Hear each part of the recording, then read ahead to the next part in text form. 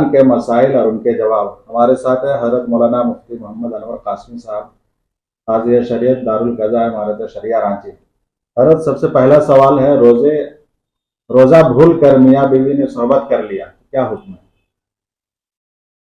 روزہ کی حالت میں ایک تو شکل یہ ہے کہ رات کا معاملہ جس میں روزہ کی کیفیت نہیں ہوتی ہے، اس میں میاں بیوی کی قربت ہوئی ہے تو اس میں روزہ میں کوئی اثر نہیں پڑے گا، اس لیے کہ اس وقت روزہ نہیں ہوتا ہے۔ روزہ کی حالت میں یعنی سحری کا وقت جب ختم ہو گیا اس کے بعد وہ روزہ میں ہے، اور افطاری سے پہلے یہ روزہ کا وقفہ ہوتا ہے، وقت ہوتا ہے۔ اس درمیان میں اگر میاں بیوی نے جان بوجھ کر عمدن صحبت کیا ہے، آپس میں ملاپ کیا ہے، تو دونوں پر ایک ایک روزہ کا قضا بھی ہے اور دونوں پر کفارہ بھی ہے، یعنی مسلسل 60 روزے رکھنا دونوں پر۔ لہذا اس سلسلے میں آدمی کو بہت محتاط رہنے کی ضرورت ہے۔ لیکن اگر واقعتاً ایسا ہوا ہو کہ روزہ بالکل بھی یاد نہ ہوا ہو، جو لگتا ہے کہ بہت کم ایسا واقعہ پیش آتا ہوگا، اگر واقعتاً ایسا ہوا کہ بالکل بھی روزہ یاد نہ رہا ہو، اور اس صورت میں اگر کسی نے اپنی بیوی سے جماع کیا ہے، قربت کیا ہے، تو اس سے روزہ نہیں ٹوٹے گا، اس میں روزہ فاسد نہیں ہوگا۔ دوسرا مفتی صاحب، رمضان میں وتر کی نماز جماعت کے ساتھ ہوتی ہے، اگر کسی کی رکعت چھوٹ گئی تو وہ وتر نماز کس طرح اور ادا کرے گا؟ اگر ایک رکعت وتر کی نماز چھوٹی ہے یا 2 رکعت نماز چھوٹی ہے، تو جس طرح اور دنوں میں ہم لوگ مغرب کی نماز 1 رکعت یا 2 رکعت چھوٹنے پر ادا کرتے ہیں، ٹھیک اسی طرح وتر کی نماز کو بھی ادا کی جائے گی۔ قنوت چونکہ امام کے ساتھ وہ تیسری رکعت میں پڑھ چکا ہے، لہٰذا اب اس کو دعائے قنوت پڑھنے کی ضرورت نہیں ہے، نماز کو وہ مکمل کر لے گا۔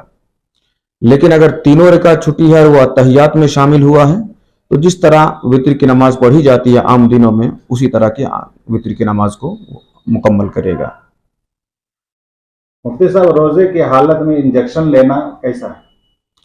روزے کی حالت میں انجیکشن لینا درست ہے، اس سے روزہ میں کوئی کمی نہیں ہوتی، روزہ نہیں ٹوٹتا ہے۔ لیکن اگر کوئی انسان یہ جانتے ہوئے کہ روزہ میں کوئی اثر نہ ہو اور طاقت کے انجیکشن لگواتا ہے، علماء نے اس کو مکروہ لکھا ہے، لیکن اس صورت میں بھی روزہ فاسد نہیں ہوتا ہے۔ مفتی صاحب، روزے کی حالت میں آنکھ، کان، ناک میں دوا ڈالنا یا سرما لگانا کیسا ہے؟ آنکھ میں دوا ڈالنے کی اجازت ہے، اس لیے کہ حضور صلی اللہ علیہ وسلم سے آنکھوں میں سرما لگانا ثابت ہے روزہ کی حالت میں۔ باقی رہا کان میں دوا اگر ڈالا جائے اور وہ پردے تک پہنچ جائے تو براہ راست وہ دماغ کو پہنچتا ہے، پھر وہ معدہ کو پہنچتا ہے، اس لیے علماء نے لکھا ہے کہ اس سے روزہ ختم ہو جاتا ہے۔ کان میں دوا ڈالنے سے احتیاط کرنا چاہیے، بلکہ روزہ کے حالت کے علاوہ جس وقت میں روزہ میں نہیں ہوتا ہے اس وقت دوا استعمال کرنی چاہیے۔ اور ناک میں دوا ڈالنا، اس سے بھی یا اسپرے بہت سارے لوگ کرتے ہیں، کیونکہ نرم ہڈی تک بھی دوا کے اثرات چلے جاتے ہیں اور دوا پہنچ جاتی ہے، لہذا اس سے بھی روزہ ٹوٹ جاتا ہے، اس میں بھی انسان کو پرہیز کرنا چاہیے۔ روزہ کی حالت میں کان میں اور ناک میں دوا استعمال کرنے سے گریز کرنا چاہیے۔ مفتی صاحب، آخری سوال، روزے کی حالت میں دانت یا جسم کے کسی عضو سے خون کا نکلنا؟ جسم کے کسی عضو سے خون نکل جائے اس سے روزہ میں فرق تو نہیں آئے گا، لیکن دانت کے معاملے میں یہ ہے کہ اگر دانت سے خون نکل رہا ہے تو اس کی 2-3 صورت ہو سکتی ہے۔ ایک صورت تو یہ ہے کہ وہ حلق میں نہیں گیا، حلق کے اندر ہی میں رہا، تو اس صورت میں روزہ فاسد نہیں ہوگا۔ لیکن اگر حلق کے اندر چلا گیا، معدہ میں چلا گیا، تو اس کی 2 صورت ہوگی، یا تو خون غالب ہوگا یا خون کم ہو، یا اس کا مزہ محسوس ہوگا یا نہیں ہوگا۔ اگر مزہ محسوس ہوتا ہے اس کا تو اس سے روزہ ٹوٹ جائے گا۔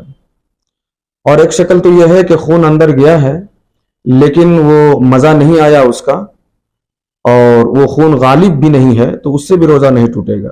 لیکن اگر خون غالب آ گیا ہے تو کہا گیا کہ اس سے روزہ ٹوٹ جایا کرتا ہے۔